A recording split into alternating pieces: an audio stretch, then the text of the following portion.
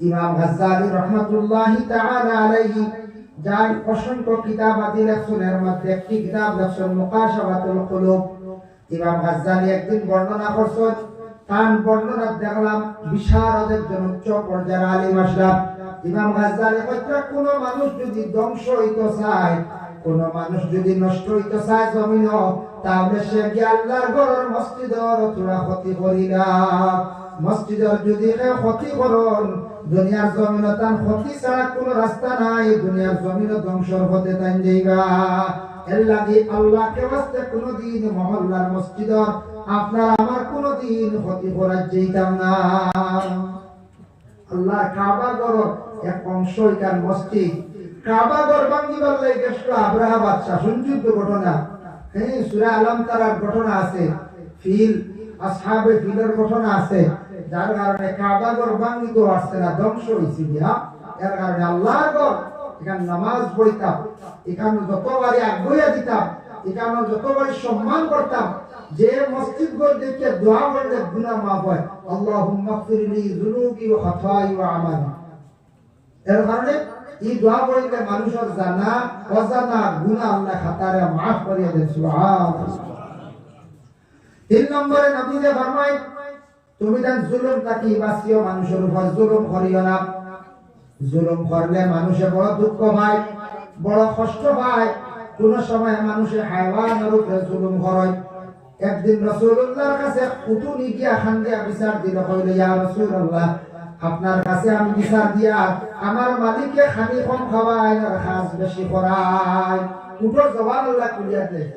নবীজি উটের মালিক নিকটে আনিয়া কইল, মালিক তুমি উট ফালিছ ঠিক আছে, খাস ভরাই রাখ, খানি খানে কম দেও আর খাস খানে বেশ করাও, তুমি ইলা করিও না, উটের বদলা তোমার উপরে লাগবো। যার কারণে বিশেষ করিয়া 4 নম্বরে আল্লাহ রাসূলে ফরমায়, মিছা কথা থেকে তুমি যেন বাঁচিও। মিছা মাতে আপনার থেকে গুনাহ কবিরা। এর কারণে আল্লাহর বান্দাগান মিছা মাত থেকে আপনার আমার বাঁচার চেষ্টা করতাম। 5 নম্বরে নবী যে ফরমাইছেন লজ্জাস্থানের কথা আগে হই গাইছি। 6 নম্বরে জনাবে মুহাম্মদুর রাসূলুল্লাহ সাল্লাল্লাহু আলাইহি ওয়াসাল্লাম ফরমায়, ওই গেল যুবক, ওই গেল জওয়ান, ওই গেল গিয়া জওয়ান হওয়ার সাথে সাথে তারে দেখতে দুনিয়ার জমিন আরো সুন্দর। জওয়ান দেখতে সুন্দর নেই বলছেন না, বৃদ্ধ দেখতে সুন্দর। জওয়ান কি যে সুন্দর, যেটা যৌবনের সময়, যেটা এটা খুব মূল্যবান সময়, খুব মূল্যবান একটা সময়, পুরুষ হোক মহিলা হোক।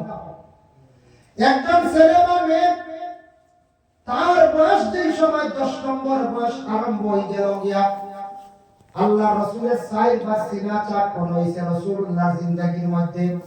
প্রথম সিনাচা হইছে 3 নম্বর বছর কালে, আর 10 নম্বর বয়স আল্লাহ রাসূলের সিনাচা হইছে।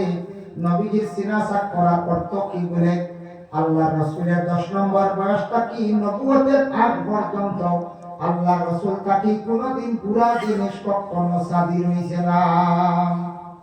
10টা কি ছেলে হোক মেয়ে হোক, মোটামুটি শেয়ার হয়ে যায় সবার একটা যৌবনতায়। এই সময়কালে মানুষ কিছু গুনার কাজে লিপ্ত হয়ে যায়, কিন্তু নবীজির 10টা কি 40 পর্যন্ত কোন পৃথিবীর বুকে যত মানুষের দেখা করছেন গোটা আরব দেশে কোন মানুষ হইতে পারত না নবীজির মধ্যে ও বুড়া জিনিসটা সাদির হইছে। এই মহিলাকে নবী, যার নাম মুহাম্মদুর রাসূলুল্লাহ সাল্লাল্লাহু আলাইহি সাল্লাম। এরা আল্লাহ নবী বানায়া জমিনে হটাইছেন। যে নবী মুহাম্মদুর রাসূলুল্লাহ সাল্লাল্লাহু আলাইহি ওয়াসাল্লামের শরীর মোবারক থেকে যেটা পসিনা বাহির হয়, এটার মধ্যে সুগন্ধ। আর আমাদের শরীর মোবারক থেকে যেটা বাহির হয় পসিনা, সেটার মধ্যে দুর্গন্ধ। যে রাসূলুল্লাহ যে জায়গার মধ্যে শুয়ে আছেন, কিতাব দ্বারা দলিল সাবিত, মদিনার জমিনে যে জায়গায় শুয়ে আছেন সেই জায়গাটা হইছে কাবদাতুল বাইদা। বাইদা শব্দের অর্থ হইল ফর্সা আলোকিত মাটি। এই মাটিটা দুনিয়ার কোনো মাটির সঙ্গে তুলনা নাই। তাই 10 নম্বর বয়স থাকিয়া কোন ছেলে সন্তান যে সময় বড় আরম্ভ হয়ে গেল গিয়া, 10 থেকে আরম্ভ হয়ে গেল, মেয়ে 10 থেকে আস্তে আস্তে বড় আরম্ভ হইল।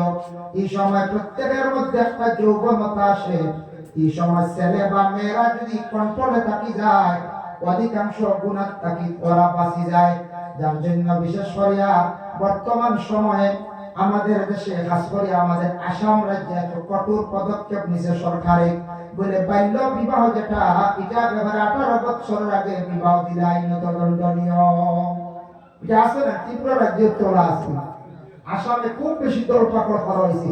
এটা কিন্তু আমাদের ফায়দা হয়েছিল, ফায়দা হয়েছে। আগে শোনা যায় স্কুলে পড়া 16 বছর আস্তা নাই, স্কুল থেকে গাই কোনো হইতো না, নাই গাই কইছে লুকাইয়া যাই কাবিনের মাঝে মাঝে হয়। আর বাদে মানছে আরেক ভাষা দিয়ে কিতাব দিতে কই না, ও লুকাইয়া গেছে। এখন এটা কমে গেছে, 18 আগে কেউ সিদ্ধান্ত নেননি না, কেউ নেই না।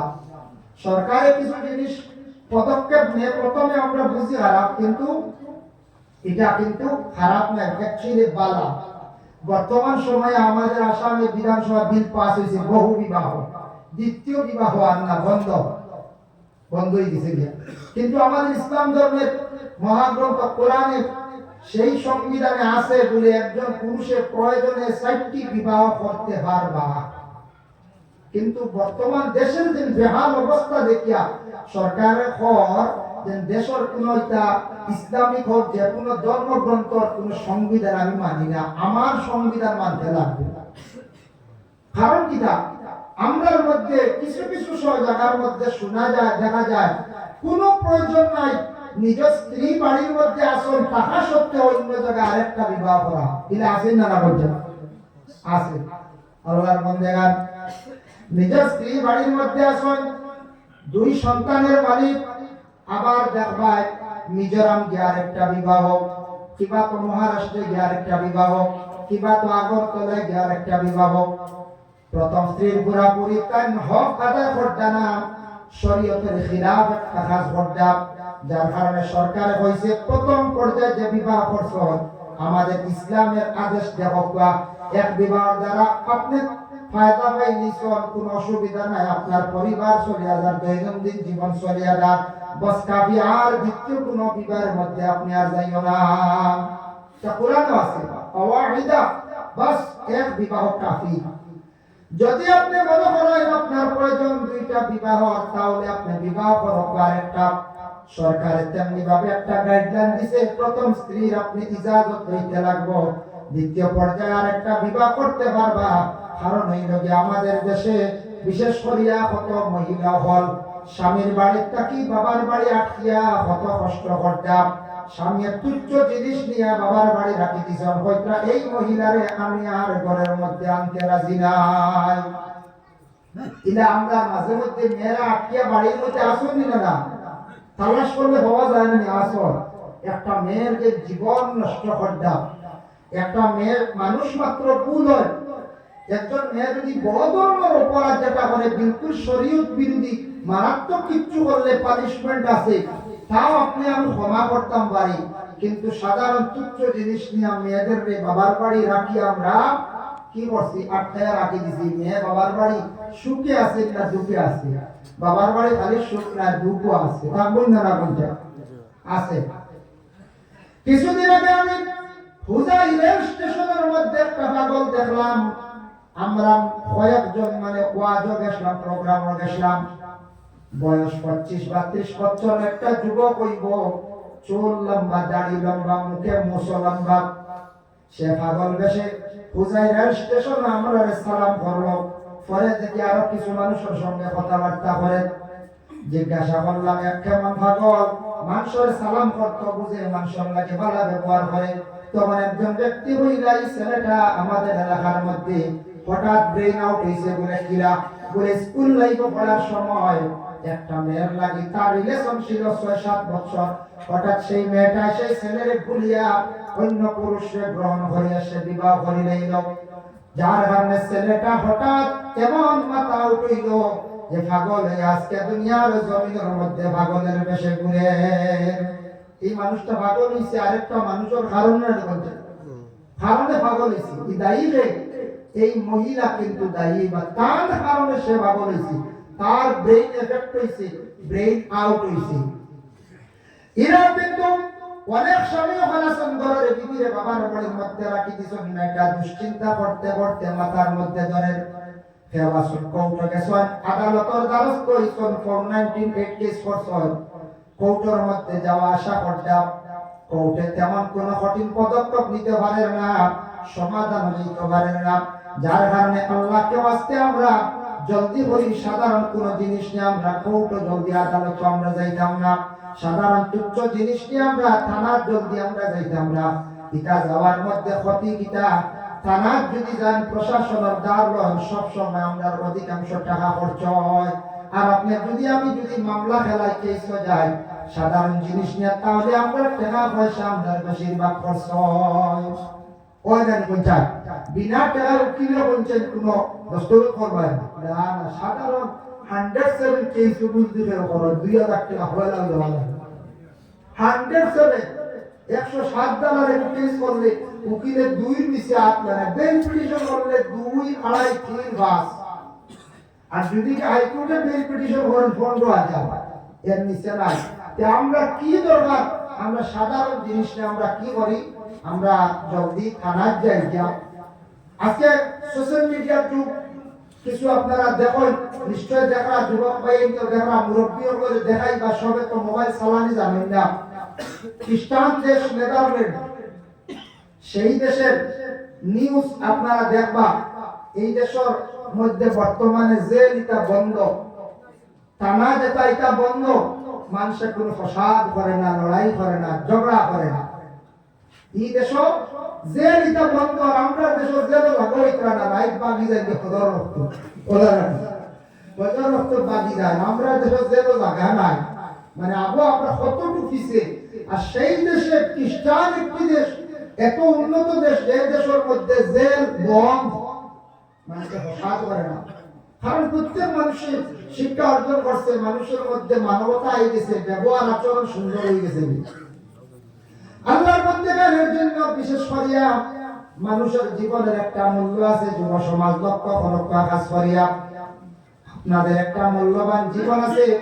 জীবনের মধ্যে টাকা পয়সা রুজি করতে চাও, ঠিক আছে বাবা করতে করক্কা, কিন্তু জীবনে একটা জিনিস খেয়াল করক্কা, নবীজির জীবন আদর্শের প্রতি একটু লক্ষ্য করো। বলে আমার নবী কিভাবে খাইছো, কিভাবে নবীজির ব্যবহার ছিল, মানুষের সঙ্গে কি ব্যবহার করলাম, আল্লাহর রাসূলের কিভাবে মানে ঘুমাইছেন, কিভাবে লেবাস ব্যবহার করছেন, কিভাবে আল্লাহর রাসূলের নির্দেশ দিয়া গেছেন, সেইভাবে কাপড় পরিধান করার আমরা চেষ্টা করতাম। নবীজির আদর্শিত যদি হয়ে যায়, আমরা জীবন সুন্দর হইব, পরিবর্তন হইব। আল্লাহ আপনারে আমার কিছু নিয়ামত দিছেন, দিয়া আবার কইছেন সেই নিয়ামতের তুমি তা অস্বীকার করিও না। কিছু অঙ্গ শরীরের মধ্যে দিয়া কইছেন অঙ্গরে তুমি তা হিসাবে ব্যবহার করো। আয়াত নাযিল হইল কোরআনের মধ্যে সূরা নূর, সেই নূরের মধ্যে একটি আয়াত আপনাদের সম্মুখে আমি উপস্থাপন করলাম। আল্লাহ আমার নবীরে জানাই দিলা, আহলে আরবের মধ্যে এক সময় আসলো, মানুষের চোখ দিয়া খালি বুড়া জিনিস দেখার চেষ্টা করত, আর মানুষ গুনার কাজের মধ্যে অধিকাংশ লিপ্ত থাকতাম। আহলে আরবের দুইটা জিনিস বেশি আসলো, চক্ষু দিয়া বুড়া জিনিস দেখতাম, আর লজ্জাস্থানের হেফাজত করতাম না, মানে গুনার কাজও লিপ্ত থাকতাম। গুনার মধ্যে মানে জিনা, কোন কোন গুনাহ? এক নম্বরে চোখ দিয়ে নাচ গান দেখতাম। হযরতে ইব্রাহিম আলাইহিস সালাতু ওয়াস সালামের সময় নমরুদ যখন আসলো, নমরুদে কোন বেশি গানের আসর সাজাইতো। গান বাজনা কিন্তু আমরা লাগি নিষিদ্ধ। গান বাজনা যদি আপনি বেশি শুনেন দিল মরি যাইব, বালা কোন নসিহতে আসর হত নাই। কোন বাড়ির যদি কোন বড় সাউন্ড দিয়া যদি গান বাজনা বাজায়, দেরি না বেশ দেরি নাই বাড়ি আল্লাহর বড় কোন গজব নাজিল হই যাইতো গিয়া। যার কারণে উচ্চ সুরে বাড়ির মধ্যে গান বাজনা আল্লাহকে ওয়াস্তে বাজাইবা না, এটা কিন্তু নবীজি বড় অপছন্দ করতা। এবং যে বাড়ির মধ্যে গান বাজনা চলে, অধিকাংশ কনসার্ট চলে, জানিয়া রাখবাই বাড়ির মধ্যে রহমতের পরিস্তহন রহমত হইয়া যায় না। কিছু ভাই এতে গাড়ি চালান, রিজার্ভ লইয়া যান কুমারঘাট, আগরতলা, শিলচর মেডিকেল যাই না, যায় গাড়ি তো স্টেজ আছে, স্টেজ একটা আছে, এটা আছে, তাও সময় বিশেষ চালাইতা প্যাসেঞ্জার রয়েছেন, কিন্তু সব প্যাসেঞ্জার আপনার মাইন্ড সমান নাই।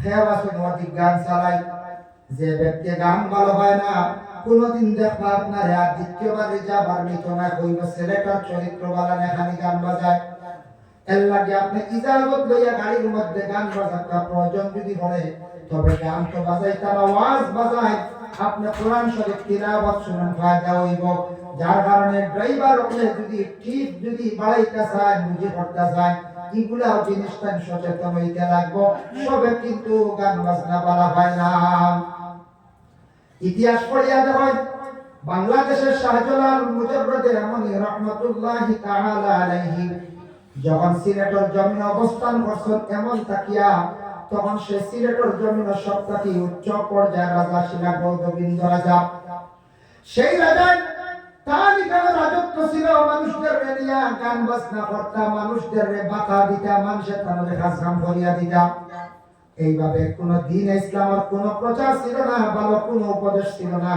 শাহজালাল সাহেব যখন আসিয়া দেখছেন রাজার রাজার আওতায় দেশ চলে এলাকা চলে মানুষের কিন্তু ধর্ম ব্যাপারে তাদের কোনো জ্ঞান নাই ধর্ম কিটা মানছে বুঝেও না আল্লাহরে বাকি কইকার তারা বুঝেও না আল্লাহ এর বলি এখান তারা বুঝেও না তাই কইলা আমি শাহজালাল এক দরবেশ ফকির আইছি তুমি তাই আমার দেখো বালা করি আমি একটা ধর্ম দাওয়াত দিয়ে আইছি শুনছুনি ধর্ম নতুন ইসলাম ধর্ম বলে হ্যাঁ শুনছি আমরা এটা কিন্তু সেই ধর্মের রীতি নিয়ম আমরা জানি না বলে আমি কই আর এখানে দাওয়াত দেওয়া আরম্ভ হলাম কোরআন শোনানি আরম্ভ হইছেন মানুষদের গোসল শিখানি আরম্ভ হলাম প্রস্রাব করিয়া জল ব্যবহার করা শিখানি আরম্ভ হলাম খাবার পরিধান করা শিখানি আরম্ভ হলাম আস্তে আস্তে তান ব্যবহার দেখিয়া দিন ইসলামের কর্ম দেখিয়া যাকে যাকে আস্তে আস্তে অসংখ্য মানুষ সকল ইসলামকে কবুল করা আরম্ভ করে দিলা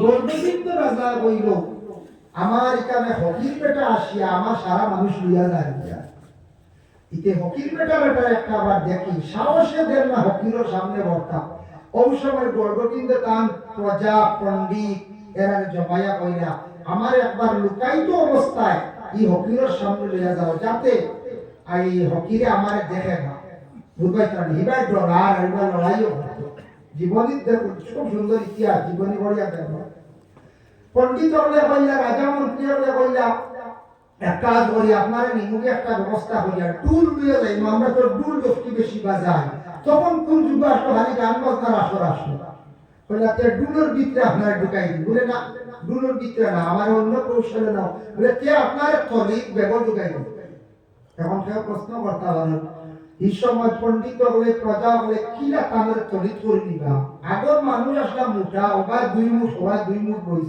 বইছে না বাজায় ধর্মনগর এফসিআই আমি দেখছি 94 আইসি আপনার 95 এই সময় দেখছি কুইন্টালি বস্তা আসলো রানি বাজার কুইন্টালি বস্তা বইছে মানছে প্রায় দোকানে কুইন্টালি বস্তা কানিয়ে নিছে এখন লইনা কুইন্টালি বস্তা কংগ্রেস সিট মারবো আমরা লাইবা এখন কোন মানুষ সারাও সংখ্যা ওয়ান টাইম দিনে দিনে খালি ছোট হইতা কমজোর হইতা 50 কেজি ওগুলো বইতে পারেন না কারণ নি বলছেন দেখো গোবিন্দ রাজায় ওইটা বেগ ঢুকাই দিছেন ঢুকাইয়া গেছেন শাহজালাল সাহেবের সামনে তার বাড়ি বাজনা ডুল ডপকি লইয়া গিয়া আছে তাই বলে এটা কেন এই অস্ত্রগুলা কি এগুলা কি বলে এটা আমরা রইল গিয়া মানুষের বাড়িয়ে বাড়িয়ে গিয়া আমরা গান গাই আর মানছে আমরা পয়সা দেয় এটা আমরা কথা তাই বলে এটা কখনো আমার ধর্মে নিষিদ্ধ করছে এটা আমি গান বাজনা শুনতে চাই না তারা চাইছে গান বাড়িতে কত সময় গান বাজনা বাজাইলো আমার বাগাইতে হকিরে দেব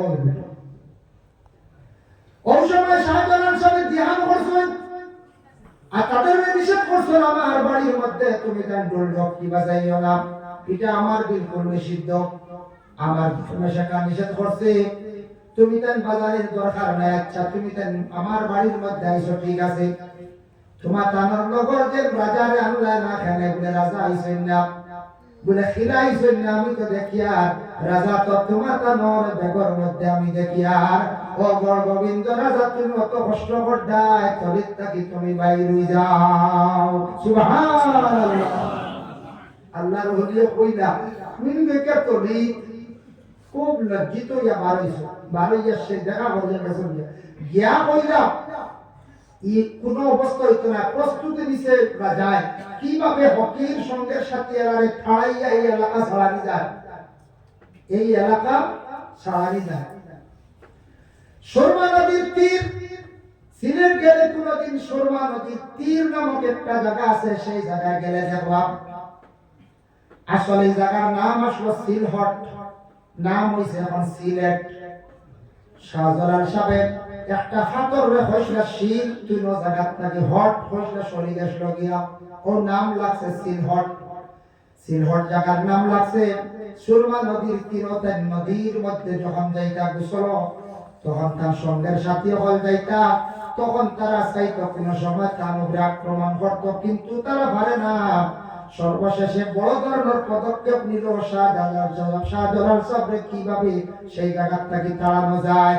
ওই সময় শাহজালাল সাহেব তান গন্ডির ভিতরে মানুষদের এলান করিয়া দিলাম, কইলা খে আসো আমার মধ্যে, খে আসো আমার মধ্যে, ইলা কেউ আসনি যার আসরের নামাজ কজা নাই, আসরের সুন্নত পড়ো ইলা নামাজ কজা নাই আসনি। এর মধ্যে একজন বাইরে গেছেন, বলে যেই দিন থাকি নামাজ পড়া আরম্ভ করছি সেই দিন থাকি এখনো পর্যন্ত আমার আসরের রক্তের নামাজ কজা নাই। সুবহানাল্লাহ। তুমি আও, তুমি যাও, তুমি গর্ববিন্দ রাজার বাড়ি মুখা ধ্যান করি আজান দাও, যাও। সেই ব্যক্তির কইছেন তুমি আজান দাও। আজান যেই সময় আরম্ভ হইল আল্লাহু আকবার আল্লাহু আকবার, একতলা ভাঙ্গি গেল, তারা দৌড়া দৌড়ি আরম্ভ হয়ে গেল। কি রে হকির, একজন দিয়ে আজান দেওয়াইল, বিল্ডিং অটোমেটিক ভাঙ্গিয়ে পড়া আরম্ভ হয়ে গেল। দুই নম্বরে বলছেন আশহাদু আল্লা ইলাহা ইল্লাল্লাহ, আরেকতলা ভাঙ্গি গেল। আশহাদু আন্না মুহাম্মাদুর রাসূলুল্লাহ, আরেকতলা ভাঙ্গি গেল। হাইয়া আলাস সালাম, আরেকতলা ভাঙ্গি গেল। হাইয়া আলাল ফালাহ, আরেকতলা ভাঙ্গি গেল। আল্লাহু আকবার আল্লাহু আকবার, আরেকতলা শেষ। লা ইলাহা ইল্লাল্লাহ হইতে সময় গোটা বিল্ডিং শেষ। রাজার দৌড় পড়লো, প্রজাদের দৌড় পড়লো, মন্ত্রীরা দৌড় পড়লো, সাড়ে এলাকা ছাড়ো। এই ব্যক্তি আমদারে মারাও লাগলো না, কোন হাতিও লাগলো না, অস্ত্র লাগলো না, শুধু খালি কি পড়িল আজান দিল তার যে আজান, আজান অর্জনীতে আমদার সারা বিল্ডিং ভাঙ্গে চূর্ণ বিচূর্ণ হয়ে গেল। তখন তারা সিলেট ছাড়িয়া সারা জনতার আশ্রয় লইল।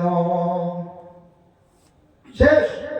আজানের কতটুক বাহাদুরি, আল্লাহর ওলির কতটুক কেরামত, যার কারণে বিশেষ করিয়া আজান তো আপনার মসজিদে হয় না, আজান হয়, আজান হয়। আগে সময় আসলো মাইকের কোন সিস্টেম আসলো না, উচ্চ সুরে জবান দিয়ে আজান দিতে এখন চললাম সিস্টেম করা হয়ে গেছে গিয়া। দেখো মসজিদের মধ্যে আজান হয়, ইসলাম ধর্মের ধর্মীয় স্থান প্রত্যেকটা মসজিদে একটা মাইক সেট আছে, কিন্তু সারাদিন মাইক চালু থাকে না। কন্টিনিউ ডেইলি 5 বার আমরা আজান দেই, নামাজের জন্য আহ্বান করি, নামাজের জন্য আমরা এলান করি। মানুষটা কই নামাজ আল্লাহ বড়, আল্লাহ রাসূল ইলা মুহাম্মদ, নামাজের দিকে আসো, নামাজ দ্বারা কামিয়াব হইবাই।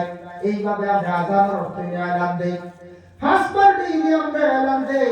কিছুদিন আগে আপনারা দেখছেন সোশ্যাল মিডিয়া, আমাদের নিলাম বাজার এলাকার মধ্যে একজন মাওলানা সাহেব ভোরবেলা যেন শুনছেন একটা গাড়ি পানির মধ্যে পড়ছে, মাইকে যখন এলান করছেন তখন প্রতিবেশী মানুষেরা গিয়া সেই ত্রিপুরা রাজ্যের সনাতন ধর্মের মানুষের রক্ষা করোনা করছেন যারা। যদি মাইক থাকতো না, জমাইতে সময় তো সারা মানুষ ঘুমোলেন ভোরবেলা, ফজর রক্ত কয়েকজন উঠি আমরা, সারা উঠতাম পারি না, বাসি ওলারা ফজর রক্ত আমরা কয়েকজন উঠি, সারা না। গরমের মধ্যে মহিলা হল আগে উঠো, কোন ফ্যামিলি স্বামী আগে উঠো, কোন ফ্যামিলি ফের উঠো না, কিন্তু মাইক দেখায় কতটুকু উপকার হইছে। আজকে যদি মাইক থাকতো না, এরা হয়তো মৃত্যুর সম্মুখীন হইলাম। বিভিন্ন গির্জা আছে, খ্রিস্টান ধর্মের গির্জার মধ্যে মাইক লাগানো আছে, সময় বিশেষ তাদের বাইবেল পাঠ করা হয়। সনাতন ধর্মের ধর্মীয় স্থান মন্দিরের মধ্যে মাইক লাগানো আছে, কুরআন পড়া হয়, গীতা পড়া হয়, পাঠ করা হয়। আল্লাহর বান্দাগান প্রত্যেকটা ধর্মীয় স্থানে মাইক থাকা প্রয়োজন। কারণ এই রোজার সময় বিশেষ মাইক্রো এলান করলে সব মানুষ একত্রিত করা যায়। কোন গ্রামে আগুন লাগি গেছে, বিপদ হয়ে গেছে গিয়া মাইক্রো এলান করা যাইব, জলদি সবে খবর পাইলেইবা। এর লাগে বিশেষ করিয়া আমরা কিন্তু প্রত্যেকটা ধর্মীয় স্থানের মধ্যে মাইক সব সময় চালাই না, সময় বিশেষ চালাই না। মাইক যখন আজান হয়, আজানের অর্থ হইল যে দুইটা, জবাব হইল যে দুইটা।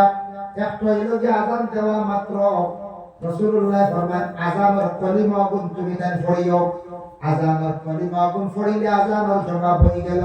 আর দুই নম্বরে আছে যখন আজান হইব, আজানের পরে ও ওয়াক্তের নামাজ পড়ার নাম হইল যে আজানের জবাব। যে ওয়াক্তে আজান হইছে সেই ওয়াক্তের নামাজ পড়ার নাম হইল আজানের দ্বিতীয় জবাব। আজানে কতটুকু সওয়াব আল্লাহ রাসূল ফরমায় আল মুআজ্জিনুনা আতওয়ালুন নাসি আনাকান ইয়াউমাল কিয়ামাহ। রাসূলুল্লাহ ফরমান যারা সব সময় আজান দিবে, আজান দেনওয়ালা মুআজ্জিন হওয়া হয়, কিয়ামতের দিন তাদের গর্দন দিয়ে আল্লাহ উচ্চ জায়গার মধ্যে রাখবেন। দুই নম্বর নবীজি ফরমায় মান আযানা সাব'a সিনিনা মুহতাসিবান কুতিবা লাহু বারাআতুম মিনান নার। যারা লাগাতার 7 বছর আযান দিতে পারবা এর লাগি জাহান্নামের আগুন আল্লাহ হারাম করে দেন। সুবহানাল্লাহ। 7 বছর আযান দিতে লাগাতার মিস হইতো না। এখন মাসলা হইল আযান, আযান উচ্চ জায়গার মধ্যে দেওয়া সুন্নাত। এখন উষা মিনারা লাগে না, মাইকি চলে না। আগে উষা লাগা দুটি পাত্র মিনারা বানাইতা, উঠি আযান দিতা। উচ্চ জায়গার মধ্যে উঠি আযান দেওয়া আর সুন্নাত। ওযুর সহিত আযান দিবা, বিনা ওযু আযান দেওয়া মাকরুহ। ইমাম সাহেব আযান দিতে পারেন, নামাজ পড়াইতে পারেন, জায়েজ আছে, কোনো বাধা নাই। ইমাম সাহেব আযান দিয়া নামাজ পড়াইতে বাধা নাই। তবে মুয়াজ্জিন রাখা হইল কি আমরা জরুর। খালি যে ইমাম সাহেব সব সময় আযান দিতে, ইমামের তো মেইন দায়িত্ব হইল যে ফরজ নামাজ পড়াইতা, নামাজের দিকে আহ্বান করতা। ইমামের অতটুকু দায়িত্ব মসজিদের আশপাশ এরিয়া ছায়া রাখলা, কেউ আর নি ক্ষতি করেন বাস। কিন্তু ইমামের দায়িত্ব নাই ফসলাবাল পরিষ্কার করা, ইমামের দায়িত্ব নাই টয়লেট ইকান পালা করে পরিষ্কার করা। আমরা চাই সারা মেসাব দিতে পড়াই মেসা পেশাওয়ালি তো নোংরা কিটা খেয়াল করো না বলবে চরম বেয়াদবি। আপনি আলাদা খাদিম রাখতা, আমি আলাদা খাদিম রাখতাম মসজিদ পরিষ্কার লাগি, ইমাম রে যেগুলা করানি চরম বেয়াদবি করিয়া রেহানতি করিয়া, এটা ইমামের দায়িত্ব নাই। যাই ইসলামিক প্রান্ত সৌদি আরবি মসজিদের ইমাম যারা আছেন গেলে দেখবা তারা তো দেশ এমনিও উন্নত হয়ে গেছে, এত ডিজিটাল হয়েছে। বাইরা গিয়া সালমান বাদশাহ দেখছে টেকনোলজির দিকে কতটুকু আগায়। কিছুদিন আগে একটা খবর দেখলাম, এক ছেলে তার ফিঙ্গার এয়ারপোর্টে গিয়া দিতে সময় ধরা পড়ছে, সে হত্যাকারী, যে আলাকে হত্যা করছে। কতটুকু টেকনোলজির দিকে আসলেন এটা সবার ব্লাড আগে দিছে গিয়া, ফিঙ্গার আগে দিছে গিয়া, কিন্তু খে মারছে খে না, ওটার কিটা ডিএনএ কিটা টেস্ট করিয়া সিস্টেম করিয়া রাখি দিছে, এয়ারপোর্টে গিয়া ফিঙ্গার দিতে সময় ধরা পড়ে গেছে। তুমি হত্যাকারী, আজকে তোমার ধরা হইল। ধরা পড়ছে তাও কয়দিন পরে, 7-8 বছর। ভূত ভয় করে সেই সৌদি আরব গেলে দেখবো মসজিদের ইমামরা শুধু নামাজ পড়ায়, খালি মক্কা মদিনায় নয়, অন্যান্য মসজিদের মধ্যে নামাজ ইমাম সাহেব পড়ায়। আর আমরা আজম এলাকার মধ্যে আমরা দেখবা ইমাম সাহেবের সব দায়িত্ব আমরা দিই, কিন্তু সব দায়িত্ব কিন্তু ইমামের নাই। এখানে আমরা জানিয়ে রাখতাম মহল্লাবাসী ইমাম সাহেবের দায়িত্ব হইল ফরজ নামাজ টাইম পড়াইতাম, মানুষদের নামাজের দিকে আহ্বান করতাম, ভালো উপদেশ দিতাম। মহল্লার মধ্যে যদি কোনো মানুষের প্রয়োজনে যদি তাকে যাইতে পারবা, তবে সব কিছু নাই। আর ইমাম সাহেব মসজিদের এরিয়ার ভিতরে তার একটা গাডওয়াল যেটা আছে, ওটার ভিতরে একটু খোঁজ খবর সব সময় রাখতাম। ও পর্যন্ত মসজিদের খাদিম যেগুলো আছে এগুলা আলাদা খাদিম সাহেব রাখা হইতো, আজান দেওয়ার লাগি মুয়াজ্জিন রাখা হইতো। এটা আমাদের দেশের আওয়াজ হয়ে গেছে, গতিকে ইমাম সাহেবের উপরে সব আমরা দায়িত্ব দিলাই। মহল্লার মানুষে আমরা আজান দিতাম, আজান নবী যে ফরমাইছেন মান আযানা সাব'a সিনিনা মুহতাসিবান কুতিবা লাহু বারাতুম মিনান নার। লাগাতার মিস হইতো না, 5 ওয়াক্ত করে ডেইলি লাগাতার 7 বছর কেউ আযান দিলে তার লাগি জাহান্নামের আগুন হারাম, জাহান্নামের আগুন হারাম। এর জন্য আল্লাহর বান্দাগণ মসজিদের ইমাম যে এই মহিলা কে বলে মহল্লার ওই লাগে বাদশা, ইমামের কথা শুনে আমরা লাগে কর্তব্য আউরি তো হইতা না, যেগুলা কইবা আমরা শুনতাম কান পিছনে আমরা একটা করিয়া কি করি বলে বিশেষ করে আমরা নামাজ পড়ি। যার কারণে আল্লাহর বান্দাগণ কথার প্রসঙ্গে বহু আলোচনা করছি, সে আয়াত সম্পর্কে আমি এখন আলোচনা যাইয়া আল্লাহ এত সুন্দর বন্ধ করে নসিহত করিয়া দিলা। আহলে আরব এক সময় আসলো খুব বেশি গান বাজনা, 2 নম্বরে আসলো জিনার প্রভাব আসলো, মহিলারা নেঙ্গা হালতে চলাফেরা করতা, তখন পুরুষেরা আকৃষ্ট হইয়া মহিলাদের মধ্যে একটা গুনাহ আসলো, সেটা গুনাহ কবিরা। ও আল্লাহ যাতে নিষেধ করিয়া দিলা চক্ষু হেফাজতর লাগিয়া কোন ও নবী আপনি হইয়া দেখবা লিল মুমিনিনা ইয়াকুদ্দু মিন আবসারিহিম, ও নবী আপনি মুমিন বান্দাদের জানায় দেখবা যাতে তারা প্রত্যেকের চক্ষুটারে যেন নিম্নগামী রাখে, চক্ষুর যেন তারা হেফাজত করিয়া থাকে। চোখ যেটা আছে একটা নিয়ামত আল্লাহ দান করছে, চোখ দিয়ে যদি নেক নজরে চাই তাহলে আপনার আমার সওয়াব পাইব, আর বদ নজরে চাইলে আমল নামার মধ্যে গুনাহ লেখা হয়ে যায়। দেখো বিজ্ঞান এখন সবুজ পাতা বা সকালবেলা চাও চক্ষুর পাওয়ার বাড়ে, আর আল্লাহ যাতে কইছো নাম নবী যে কইরা তুমি কোরআন শরীফ বা যত বেশি চাইবা চক্ষুর জ্যোতি চক্ষুর পাওয়ার আল্লাহ বাড়াইয়া দিবা। সুবহানাল্লাহ। আল্লাহর ঘর কাবা ঘর, সেই ঘরের দিকে তাকাইলে মানুষের গুনাহ মাফ হয়, চক্ষুর জ্যোতি বাড়ে। ফজরে আসরে চুমা খাইলে আপনার গুনাহ মাফ হয়। যার কারণে আল্লাহর বান্দাগণ চক্ষু আল্লাহ নিয়ামত দান করছে, নেক নজরে যদি যে কোনো মানুষের ভাই যদি চাই সওয়াব আল্লাহ দান করেন। ঘরে আসন মা এবং বাবা উভয় দুইজন, মা বাবার ভাই যদি কেউ মায়ার নজরে যদি চায় আমল নামায় উমরা হজের সওয়াব আল্লাহ দান করেন। মা বাবার ভাই চাইলেও সওয়াব, কোরআন ভাই চাইলে সওয়াব, আল্লাহর ঘরে কি চাইলে সওয়াব, বালা যত কোনো মানুষের ভাই চাইলে সওয়াব। বদ নজরে যদি কেউ চায় গুনার কোন নিয়ত নিয়া মহিলার দিকে হোক কোন মানুষের দিকে হোক বদ নিয়ত করিয়া চাইলে গুনাহ। দেখো একটা মাসলা আপনাদের সম্মুখে আমি উপস্থাপন করিয়া, শরীয়ত বাবা যুক্তি চলে না, শরীয়ত কিন্তু একটা তার সিস্টেম আছে।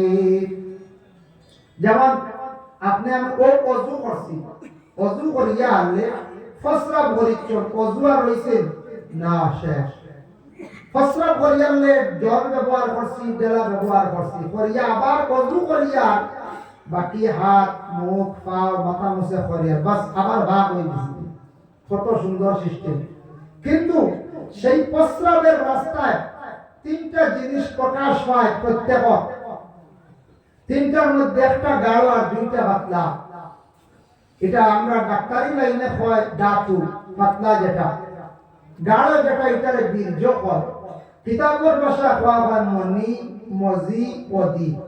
মনিটা হইল গাঢ়, মজি পাতলা আর অদিও পাতলা। এই 2টা পাতলা প্রস্রাব আগেও যায় পরেও যায়। এটা যদি কেউ যায় গোসলের হুকুম আয় না, এরা কি করবা ওযু করলে বাস পাক হয়ে গেছে। আর মনি যেটা গাঢ় এটা যদি প্রকাশ পায় তাহলে এরা উপরে গোসলের হুকুম আই যায়। প্রস্রাবের আগে করে গেলে এটা হলো যে মজি অতি গোসল লাগে না, ওযু করছেন বাস হয়ে গেছে গিয়া। আর মনি যদি প্রকাশ হয় তাহলে আল্লাহর বান্দার উপরে গোসল হুকুম আই গেছে, তাই গোসল করে দিতে। এখন দেখেন কোন সময় কোন পুরুষ এবং মহিলা ফোনে আলাপ কিবা তেমনি কথাবার্তা ঘটা জড়াইয়া ধরছেন না, শুধু হাহিসাতের সহিত অনেক রসিকতার সহিত গল্প করছেন। পুরুষের যদি কোনো জিনিস আউট হয়ে যায় কিংবা তো সেই মহিলার যদি কোনো জিনিস আউট হয়ে যায়, এই হাহিসাতের সহিত করার কারণে, রসিকতার কারণে, বুড়া নিয়তার কারণে, বুড়া কথা হওয়ার কারণে তাদের উপর গোসল হুকুম আই গেছে। এরা গোসল কর্তা কাপড়ে যদি কোনো কিছু লাগিয়া থাকে সে কাপড় পরিবর্তন করিয়া নামাজ পড়িতা।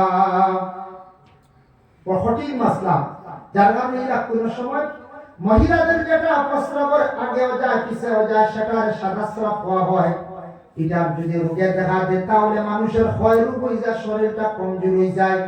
এই রোগ যদি কোনো মহিলাদের হয়, বালা ডাক্তারের পরামর্শ নেন, তবে আয়ুর্বেদিক এবং হোমিওপ্যাথিক ট্রিটমেন্ট করাটা উত্তম। পুরুষদের যেমনি ভাবে হোমিওপ্যাথিক আয়ুর্বেদিক ট্রিটমেন্ট করা, এটার মধ্যে আপনার অ্যালোপ্যাথিকের তেমন ভালো ট্রিটমেন্ট হয় না, তেমন উন্নত কোনো ট্রিটমেন্ট নাই, যার কারণে এই রোগের লাগি বেশিরভাগ হইল কি আয়ুর্বেদিক। আল্লাহর বান্দাগান ইলা যদি কোনো মানুষের যদি প্রকাশ পায় তাহলে এরা গোসল করতে লাগবো, কাপড় পরিবর্তন করতে লাগবো। আর ডাইরেক্ট যদি মিলামেশা করিয়া থাকো, এটার উপরে তো জানা আছে অটোমেটিক তাদের উপর গোসলের হুকুম আই যায়। এবং শরীয়তের আরেকটা হুকুম আছে, পুরুষ এবং পুরুষের মধ্যে মিলামেশা। এইভাবে যদি কোনো পুরুষের সঙ্গে যদি মিলামেশা করিয়া থাকে তাহলে এত বড় গুনাহ হলো, যেটার ভয় কাছে যে গুনাহ জিনার সমতুল্য। আল্লাহর হাবিব সাল্লাল্লাহু আলাইহি ওয়াসাল্লামের মায়ের উম্মত হল এইভাবে গুনাহগার যারা, আল্লাহর রাসূল ফরমান এরা প্রমাণ হইব গিয়া বলে কোন দিন কিয়ামতের দিন। এই বেমারটা ছিল এক সময় আহলে আরবের মধ্যে বুরা লক্ষণ ছিল, বুরা আদত খুব বেশি ছিল, তাই আল্লাহর কাছে কোরআনের হুকুম আয়াত নাযিল হয়ে গেল, কুল্লিল মুমিনিনা ইয়াগুদ্দু মিন আবসারিহিম ওয়া ইয়াহফাযু ফুরুজাহুম। আর তোমাদের তাদের জানায়া দেও প্রত্যেকের যেন লজ্জাস্থানের হেফাজত করে, তারা প্রত্যেকে যেন লজ্জাস্থানের হেফাজত করে। এই দুইটার হুকুম আল্লাহর কাছে প্রথমে নবীজিরে জানাইলাম। এই আয়াতের ব্যাখ্যা তাফসীর ইবনে কাসির, হাফিজ ইমাদউদ্দিন ইবনে কাসির রাহমাতুল্লাহি তাআলা আলাইহি বর্ণনা দিছেন। একদিন রাসূলুল্লাহ আলোচনার জন্য নবীজি ফরমাইলা সাহাবায়ে কেরাম হরে, ও আমার সাহাবায়ে কেরাম হল, তুমি তার 6টা খামর জামিন হই যাও, আমি মুহাম্মদুর রাসূলুল্লাহ তোমাদের উপর জামিনদার হই যাইমু। 6টা খামর জামিন হই যাও, আমি মুহাম্মদুর রাসূলুল্লাহ তোমাদের উপর জামিনদার হই যাব কিয়ামতের দিন। রাসূলুল্লাহ বলে 6টা কাম কিরা দিলাম। এক নম্বরে চক্ষু ব্যাপারে আলোচনা করি যাইছি, চক্ষুরে হেফাজত করা। 2 নম্বরে নবীজি ফরমায় আমানতর তুমি তার খেয়ানত করিও না। আমানত হইতে কোন কথা যদি কেউ কোন বলে ভাই বা বই, আমার সেই কথাখান অন্যর কাছে কইও না, তোমার কাছে আমানত রাখলাম, তাহলে আপনি আমি যদি হই যাই আমানতর খেয়ানত হইল, গুনাহ করলাম। আমানত কথাও আছে, সামানও আছে, টাকাও আছে। আজকে আপনারা মসজিদের একটা কমিটি আছে না, পঞ্চায়েত সব জায়গায় আছে না, মসজিদ কমিটি আছেন, সম্পাদক আছেন, কোষাধ্যক্ষ আছেন, সভাপতি আছেন, মানে প্রেসিডেন্ট, সেক্রেটারি, এরপরে আপনার ক্যাশিয়ার আছেন। ক্যাশিয়ারের কাছে ফান্ড রাখা, সেক্রেটারির কাছে হিসাব রাখা, প্রেসিডেন্টে জানা এলান দেওয়া। এখন ক্যাশিয়ার সাহেবের কাছে টাকা 2 লাখ আছে, যদি কয় বলে কেউ তো জানেন না আমার টাইম তো ও 2 লাখ টাকা দিয়ে সুপারি বাগানে আমার লয়ে যান বা খান চলবো, কেউ যদি কয় বলে মিশরা কথা তো কইলাম। ইলা না কইয়া মসজিদের ফান্ড নিয়া যদি ব্যবসাত লাগো নিবু যাইছ না, হাত কইছে গইব আমানত। লা ইলাহা ইল্লাল্লাহ, লা ইলাহা ইল্লাল্লাহ, লা ইলাহা ইল্লাল্লাহ, লা ইলাহা ইল্লাল্লাহ, হাসবি রাব্বি জাল্লাল্লাহ, মা ফি কলবি গায়রুল্লাহ, নূর মুহাম্মদ সাল্লাল্লাহু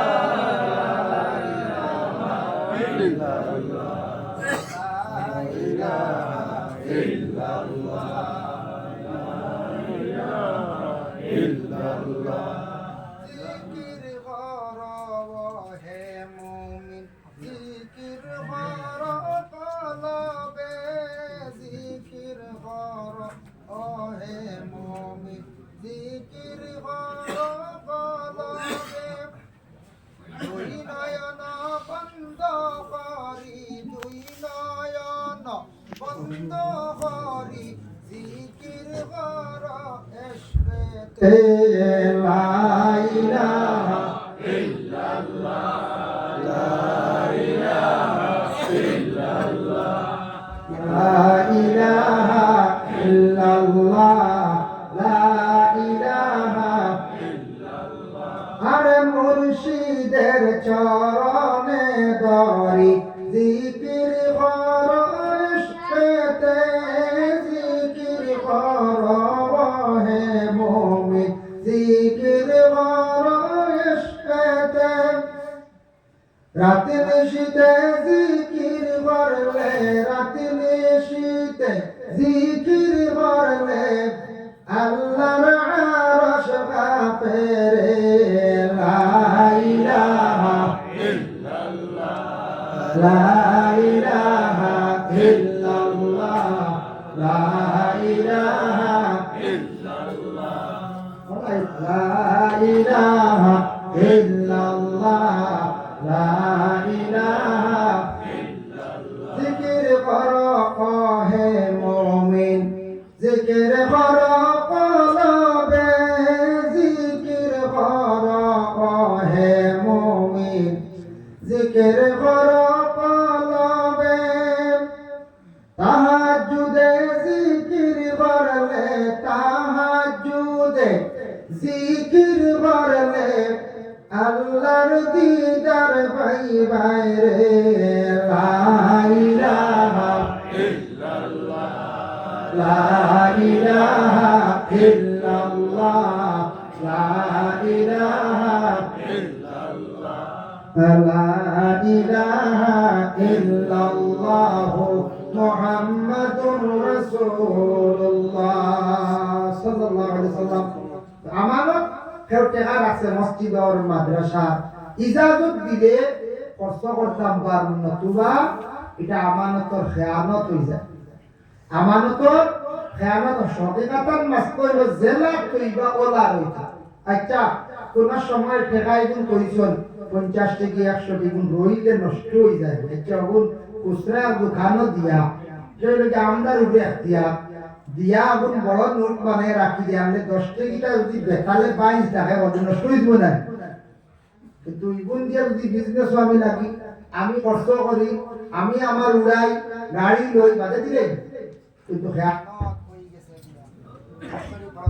আল্লাহুম্মা সাল্লি আলা সাইয়্যিদিনা মাওলানা মুহাম্মদ ওয়া আলা আলি সাইয়্যিদিনা মাওলানা মুহাম্মদ আমানতর খেয়ানত করিও আল্লাহর রাসূলে ফরমায় এর লাগি দয়া করি আমরা যদি কোনোদিন দায়িত্ব গ্রহণ করি কোন মসজিদ বা মাদ্রাসা দিনের রাস্তার কোন মুকামত খেয়াল করবা আল্লাহকে ওয়াস্তে কোনোদিন যাতে আমরা খেয়ানত করি না কোনোদিন যাতে কমি করি না ইমাম গাজ্জালী রাহমাতুল্লাহি তাআলা আলাইহি যার অসংখ্য কিতাব আদি লেখছেন এর মধ্যে একটি কিতাব লেখছেন মুকাশাফাতুল কুলুব ইমাম গাজ্জালী একদিন বর্ণনা করছেন তার বর্ণনা দেখলাম বিশারদের জন্য উচ্চ পর্যায়ের আলিম আসলাম ইমাম গাজ্জালী কইরা কোন মানুষ যদি ধ্বংস হইতে চায় কোন মানুষ যদি নষ্ট হইতে চায় জমিন তাহলে সে কি আল্লাহর ঘরের মসজিদের তোরা ক্ষতি করিলা মসজিদের যদি ক্ষতি করুন দুনিয়ার জমিন তার ক্ষতি ছাড়া কোনো রাস্তা নাই দুনিয়ার জমিন ধ্বংসর হতে তাই যাইবা এর লাগি আল্লাহকে ওয়াস্তে কোনদিন মহল্লার মসজিদের আপনার আমার কোনদিন ক্ষতি করার যেতাম না আল্লাহর কাবা ঘর এক অংশ এখান মসজিদ কাবা ঘর ভাঙিবার লাগি গেছিল আব্রাহা বাদশা শুনছুন তো ঘটনা হ্যাঁ সূরা আলাম তারার ঘটনা আছে ফিল আসহাবে ফিলের ঘটনা আছে যার কারণে কাবা ঘর ভাঙিতে পারছে না ধ্বংস হয়েছে গিয়া এর কারণে আল্লাহর ঘর এখানে নামাজ পড়িতাম এখানে যতবারই আগ্রহ দিতাম এখানে যতবারই সম্মান করতাম যে মসজিদ ঘর দেখে দোয়া করলে গুনাহ মাফ হয় আল্লাহুম্মা গফিরলি যুনুবি ওয়া খাতাই ওয়া আমালি এর কারণে এই দোয়া করলে মানুষের জানা অজানা গুনাহ আল্লাহ খাতারে মাফ করিয়া দেন সুবহানাল্লাহ 3 নম্বরে নবী যে ফরমায় তুমি দেন জুলুম থাকি বাঁচিও মানুষের উপর জুলুম করিও না জুলুম করলে মানুষে বড় দুঃখ পায় বড় কষ্ট পায় কোন সময় মানুষে হায়াওয়ানের উপরে জুলুম করে একদিন রাসূলুল্লাহর কাছে উটুনি গিয়া খান দিয়া বিচার দিল, কইল ইয়া রাসূলুল্লাহ, আপনার কাছে আমি বিচার দিয়া আমার মালিককে খানি কম খাওয়ায় আর খাস বেশি করায়। উটর সুবহানাল্লাহ কুলিয়া দে। নবীজি উটর মালিক নিকটে আনিয়া কইলা, মালিক তুমি উট ফালিছ ঠিক আছে, খাস ভরাই রায়, খানি খানে কম দে আর খাস খানে বেশ ভরাও, তুমি ইলা করিও না, উটর বদলা তোমার উপরে লাগবো। যার কারণে বিশেষ করিয়া 4 নম্বরে আল্লাহর রাসূলে ফরমায়, মিছা খোদার থেকে তুমি জান বাঁচিও। মিছা মাকে কাছ থেকে গুনাহ কবিরা, এর কারণে আল্লাহর বান্দাগান মিছা মাত থেকে আপনার আমার বাঁচার চেষ্টা করতাম। 5 নম্বরে নবী যে ফরমাইছেন লজ্জাস্থানের কথা আগে হয়ে গেছে। 6 নম্বরে জনাবে মুহাম্মদুর রাসূলুল্লাহ সাল্লাল্লাহু আলাইহি ওয়াসাল্লাম ফরমায়, তোমাদের জবানকে কন্ট্রোল করিও, হেফাজতে রাখিও। সেই জবান দ্বারা মানুষ অসংখ্য গুনাহগার হয়, আবার সেই জবান দ্বারা মানুষ আল্লাহর ইবাদত বন্দেগী করে আল্লাহর নৈকট্য লাভ করতে পারে। এজন্য বিশেষ করে আল্লাহর বান্দাগণ, দৌলত আল্লাহ ক্ষমত বেশক দিছে, দৌলতের মধ্যে আপনার আমার সবর লাগি মায়া আছে, আছে না না? আওলাদর লাগি সবর মায়া আছে, আছে না না? আছে। দেখো কোন সময় আল্লাহ মানুষরে দৌলত হঠাৎ ধরি নাই, আর কোন সময় মানুষরে আল্লাহ আওলাদ ধরি নাই। কোন সময় আওলাদ ধরুন, কোন সময় দৌলত ধরুন। কিলা কেউর আওলাদ আছে দৌলত নাই, কেউর আছে দৌলত আওলাদ নাই, এরকম নাই। কোন সময় দুইটা আছে কিন্তু দৌলত যাওয়া শুরু হয়ে গেছে, আর কোন সময় দেখো দৌলত আছে আওলাদ যাওয়া শুরু হয়ে গেছে, একজন মরে গেছে, একজন হানো হারিয়ে গেছে, ইলা হই যা কোন আওলাদ বেহত হয়ে গেছে। তা আল্লাহ মানুষের দিয়া পরীক্ষা হয়। এর লাগি জানিয়া রাখব, একদিন রাসূলুল্লাহর কাছে গেছে সাহাবায়ে কেরাম বলে, জানান ইয়া রাসূলুল্লাহ, ইয়া হাবিবাল্লাহ, আল্লাহ জাত বান্দার উপরে কোন সময় বেশিরভাগ খুশ হন ইয়া রাসূলুল্লাহ? নবী যে ফরমায়, বলে আল্লাহ ওই সময় খুশ হন যখন কোন বান্দা দুনিয়ার জমিনের মধ্যে অসহায় ব্যক্তির পাশে দাঁড়ায়, অসহায় ব্যক্তির আশ্রয় দেয়, তার সাহায্য করে, আল্লাহ সেই বান্দার উপরে বড় খুশ হন। সুবহানাল্লাহ।